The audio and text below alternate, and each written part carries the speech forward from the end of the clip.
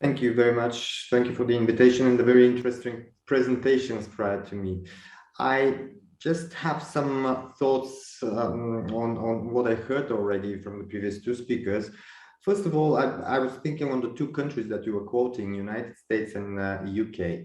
Even though the number of smokers and the percentage of smokers is smaller, I can see huge difference in the motive and the drivers behind that between the two countries.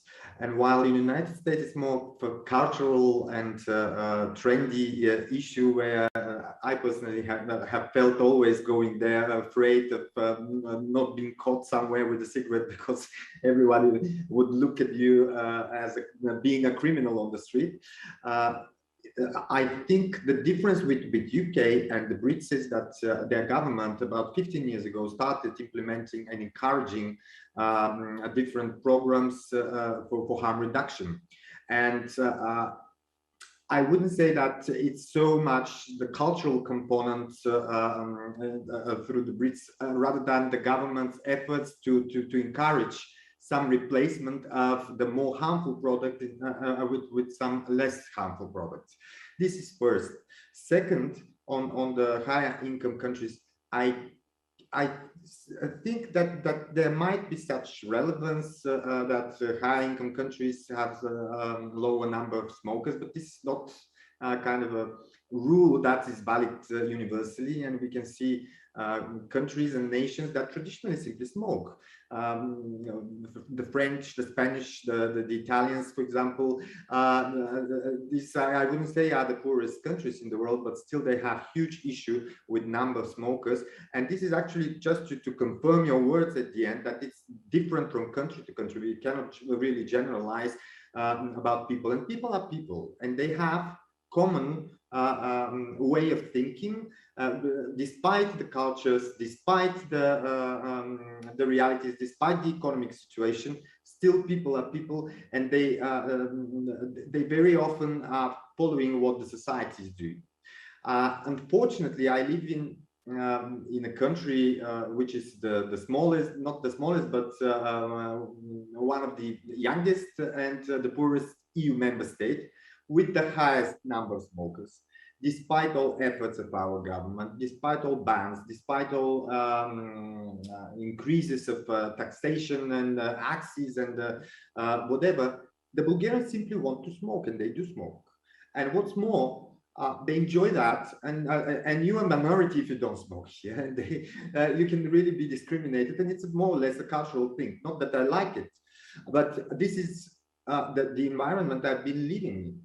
And this is where I've been growing up, and my friends, and and now my daughter or son or the people and the kids, they live in exactly the same environment. We still have these huge percentages. For the last 10 years, we don't have even 1% drop in the number of smokers.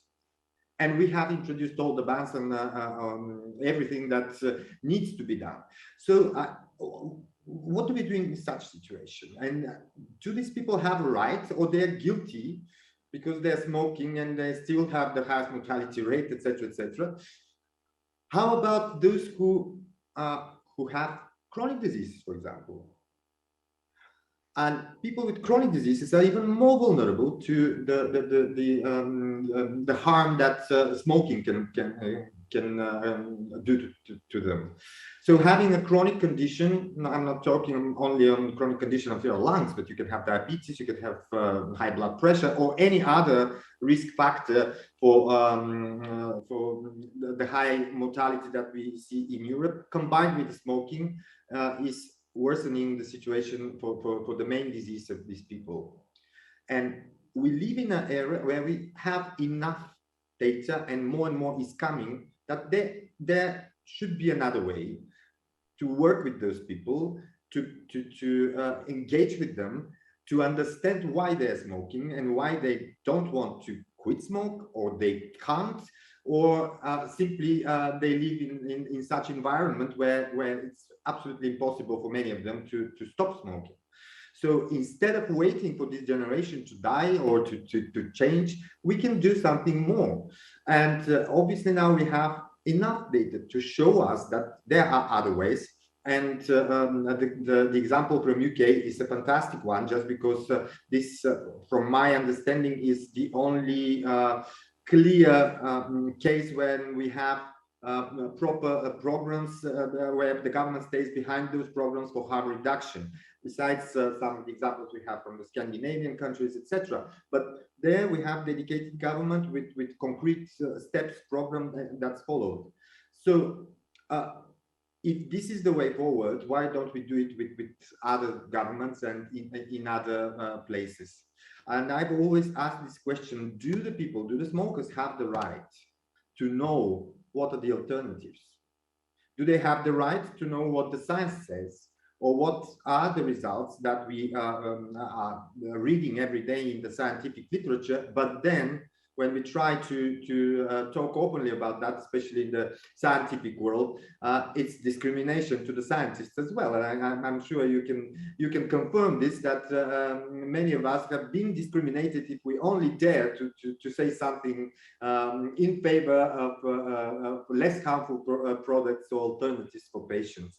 But I think that people, and in particular patients, the population that I'm taking care for in the last years, having alternative could be a big change for them, chance to reverse their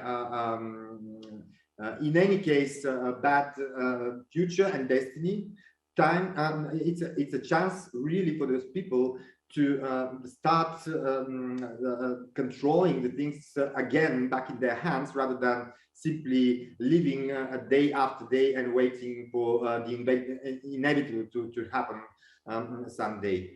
And I think that these people have the right to know about what the science is finding out now. I will finish my intervention for the moment with something that happened to me not long ago in a conversation with some representatives of WHO. Again, on the topic, we've been discussing many topics, and they loved me so much until the moment when they asked me the question, do you have something to do with tobacco and this bad community there? And I said, yes, why not? They were so surprised that the patient leader in Bulgaria and the leader of one of the biggest healthcare organizations in Europe, which is the Access Partnership in Brussels, was so open to them and said, yes, we're talking about these questions. We're talking about that because our patients have this problem. And despite how much you can deny that, or you can refuse to have this conversation, we have to have it, because patients do have those problems and somebody has to address it.